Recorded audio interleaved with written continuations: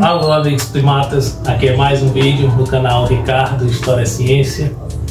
Como prometido, vamos falar um pouco sobre o meu artigo da pós-graduação, que foi sobre História da África. A gente fala na História da África, eu peguei do escravismo e imperialismo. E o que significa? Bem, a gente tem, por exemplo, a colonização brasileira, quando os portugueses adentraram no território que hoje a gente chama de Brasil, em 1500, no século XVI, uma expansão da Europa em prol dos seus mercados, né? Fortalecer o seu mercado, né? O mercantilismo. E de antemão eles foram negociando com os índios, o pau-brasil, trocando por mercadorias europeias como machados, facas, espelhos, enfim, uma infinidade de produtos. Mas devido à grande devastação que foi gerando na Mata Atlântica, eles foram adentrando o território e muitas das vezes tiveram dificuldades com os índios, na escravidão dos índios e no domínio nas trocas comerciais. E para utilizar a mão de obra indígena como trabalho. Então foi necessário muito o trabalho escravo negro africano.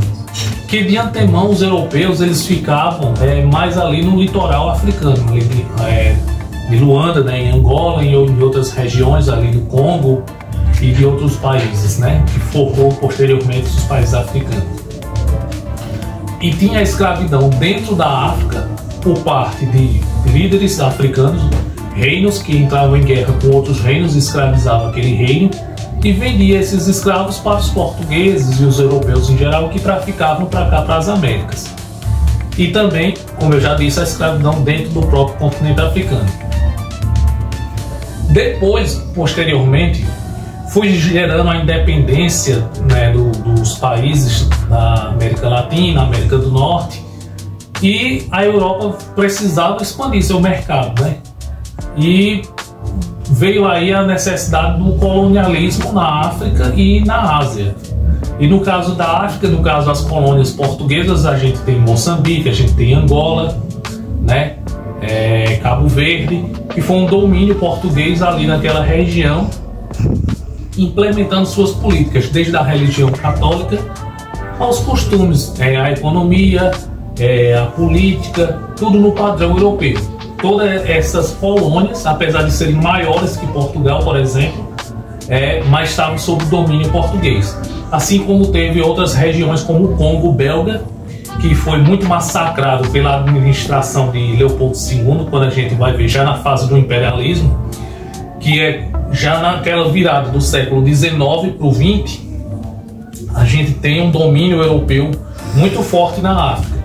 A gente tem França na Argélia, a gente tem o domínio de Leopoldo II como o Congo, como sendo sua propriedade pessoal, e devido a várias denúncias de vários maus tratos que ocorreram com a população nativa, depois deixou de ser uma propriedade do Leopoldo II para ser uma propriedade da Bélgica, onde ainda assim continuou muitas barbáries, mas que de certa forma mais amenizada.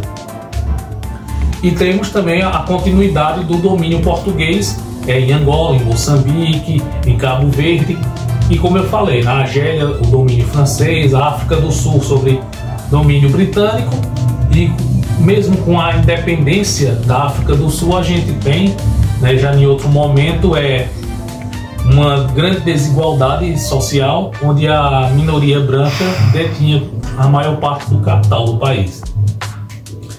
Então a gente vê que a Europa ela lucrou muito trazendo justamente a riqueza desses países africanos para a Europa através de políticas imperialistas. Desde o domínio da escravidão com o tráfico negreiro, a gente tem o colonialismo, onde esses países, esses reinos foram submetidos à dominação europeia, e até mesmo na fase imperialista, onde vem o crescimento daquelas ideias ultranacionalistas muito comum do século XIX e XX, que a gente tem a barbárie do nazifascismo no século XX na Europa, mas que essas políticas já eram implementadas na África, né, e na Ásia.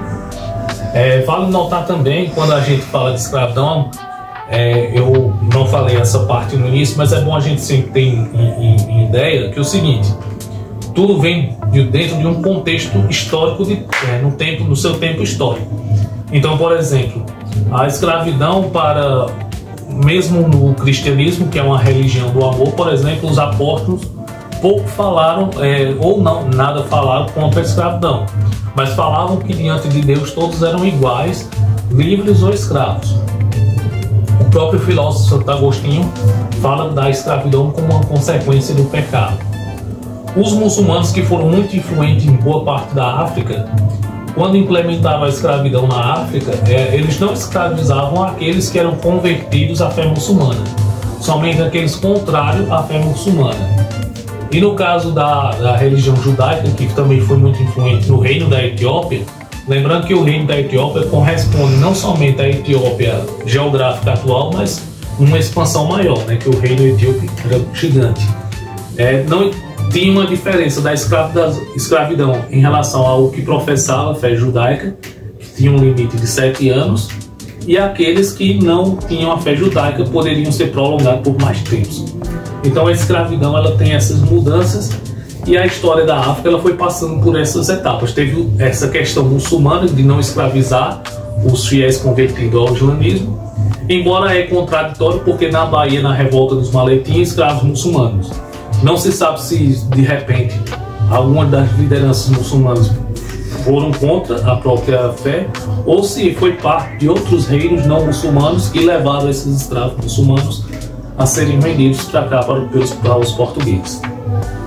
Então a história da África tem isso, tem também a independência dos países africanos, mas essa eu não vou falar porque o meu artigo ele pega a parte do escravismo e vai até o imperialismo.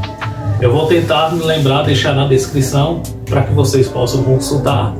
Então, muito obrigado e até a próxima. Dá um like.